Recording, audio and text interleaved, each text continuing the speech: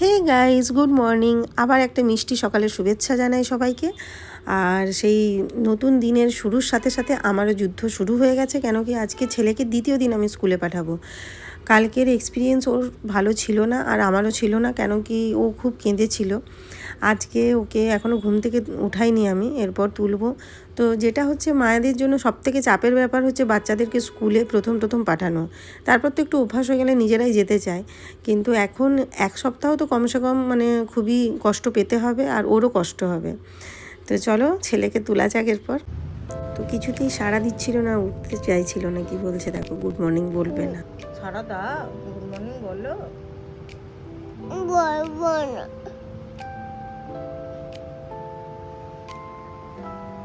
যাই হোক, মটকা মেরে পড়ে থাকার পরে ফাইনালি ছেলেকে তুললাম, তুলে রেডি করে দিয়েছি। এখন খুব খুশি, বলছে দোকান যাবো। চুকু, তুই রেডি হয়ে গেছিস বাবা? কোথায় যাবি বেটা? কোথায় যাবে মা? কোথায়? কেক কিনতে যাবে দোকানে? হ্যাঁ, আর কে যাবে তোমার সাথে?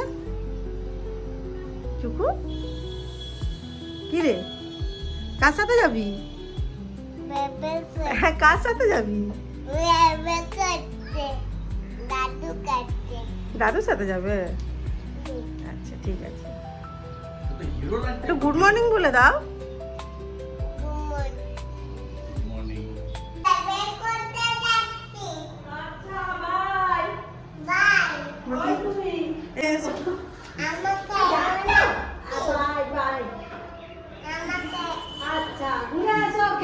কেন বলবো না?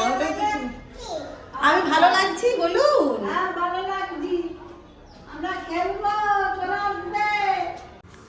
তো আজকে কিন্তু যে স্কুলটায় যাচ্ছে ওটা কিন্তু কালকে স্কুলটা নয়।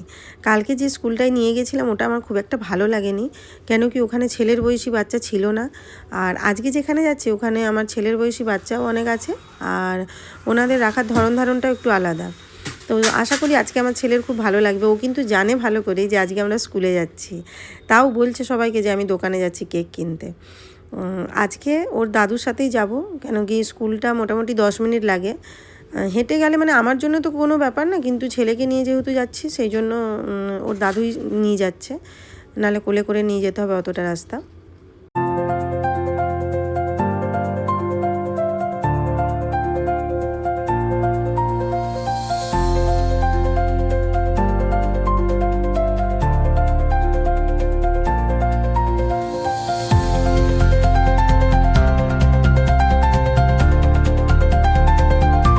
তো আজকে কিন্তু ও একদমই কাঁদেনি, ওর ভীষণই ভালো লেগেছিল।